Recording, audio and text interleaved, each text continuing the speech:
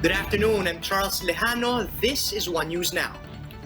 A U.S. legislator is proposing to block funding for security forces in the Philippines until the DOTr administration puts an end to its human rights violations. Pennsylvania Representative Susan Weil proposed this measure on Thursday through H.R. 8131 or the Philippine Human Rights Act. Democrat says that the, quote, brutal regime of President Duterte is using the pretext of the Anti-Terrorism Act to ramp up efforts targeting labor organizers, workers, and political opponents.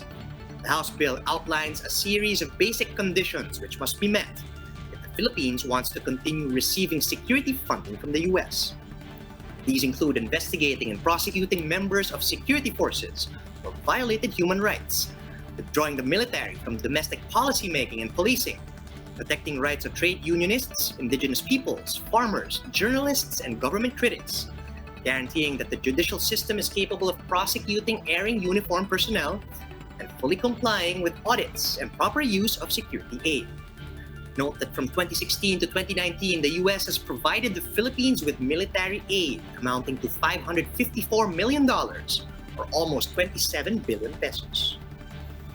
The Transport Department clarifies there are no official guidelines yet on the use of e-scooters along major roads. This comes after the LTO said the use of e-scooters will require a driver's license.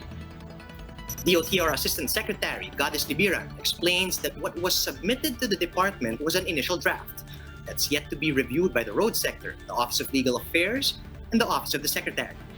Libiran added that Secretary Art Tugadi's stance to not have e-scooters registered is just his personal opinion. But despite having his own take on the matter, Tugade will still listen to the arguments of regulators and stakeholders before finalizing the guidelines. Cable system operator Asia America Gateway, or AAG, will be conducting emergency maintenance activities starting tomorrow until September 30. Despite this, PLDT assures customers of continued connectivity because alternative cable systems are in place to keep services going during this time. Should there be any internet traffic spike beyond regular consumption, customers might experience some slowdown during the busiest hours. However, the telco giant assures customers that no service will be denied, internet traffic in the Philippines and to the United States will not be affected. For more updates, visit News 5, the Philippines star in business world online. Visit our website, onenews.ph, for in-depth analysis. And you can also catch One News on the Signal Play app. Register for a free account at www.signalplay.com.